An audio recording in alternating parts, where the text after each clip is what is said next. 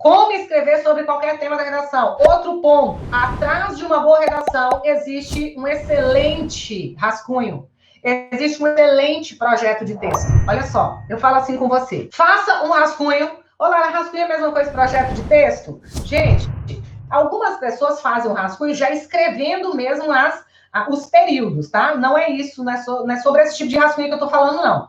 Eu tô falando sobre aquele que você organiza suas ideias. Você faz meio que tópicos ali, rascunho em tópicos. Você faz os tópicos e seleciona o que vai entrar na sua redação, o que vai sair, tá? Então, para que isso? Ele é um suporte para a sua redação e ele traz segurança sobre a ótica da coerência e sobre a ótica da relevância do que você está falando.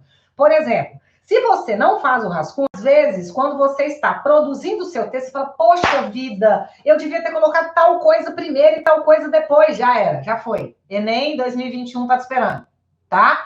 E você não fez, e aí você tá fazendo, nossa senhora, essa alusão que eu coloquei, ela contradiz meu pensamento. Já era.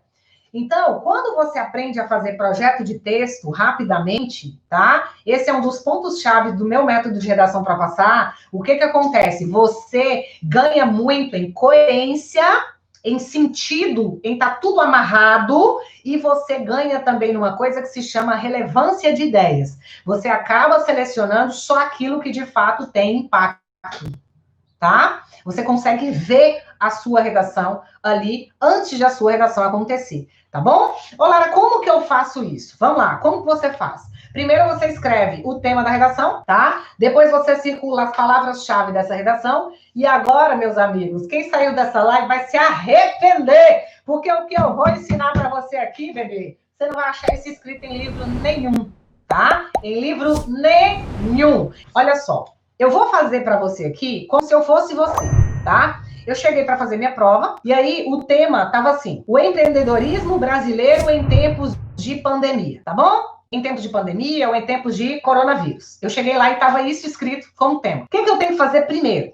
Primeiro, eu escrevo esse tema na área do rascunho e eu circulo as palavras-chave. Quais são? Empreendedorismo, não pode ser no mundo, tem que ser no Brasil e coronavírus é a questão temporal, é o contexto, né? Então, essas são as palavras mais importantes, tá? Empreendedorismo, Brasil e coronavírus ou pandemia. O que eu faço agora? Você vai buscar relações entre as palavras-chave.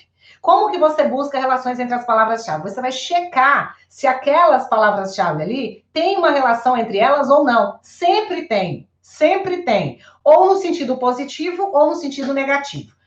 Exemplo. Você vai virar e vai falar assim, ó, se o tema é empreendedorismo brasileiro em tempo de coronavírus, você vai perguntar, o brasileiro, ele é empreendedor? A pandemia, ela impulsionou o empreendedorismo no Brasil ou ela afetou o empreendedorismo no Brasil?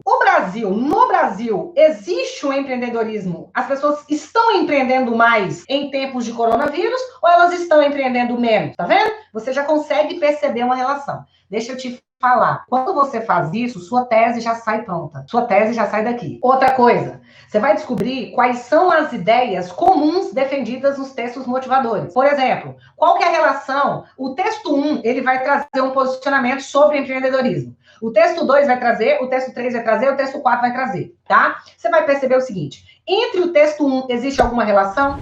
Existe alguma relação entre o texto 3 e o texto 4? Por exemplo, o texto 1 e o texto 2, os dois falam sobre a questão do empreendedorismo na internet, empreendedorismo digital. O texto 3 e o texto 4 faz uma problematização do empreendedorismo em relação à educação no Brasil, colocando como se a educação no Brasil não preparasse as pessoas para empreender. O que você percebe? Quando você percebe que há relação entre os textos motivadores, dali você já consegue definir quais são as linhas argumentativas que você vai seguir, percebe? E você já faz uma correlação com a primeira relação entre palavras-chave que você estabeleceu. É show isso aí. É show. Você já tem a sua tese, você já conseguiu fazer com as palavras-chave, você agora já define suas linhas de argumentação.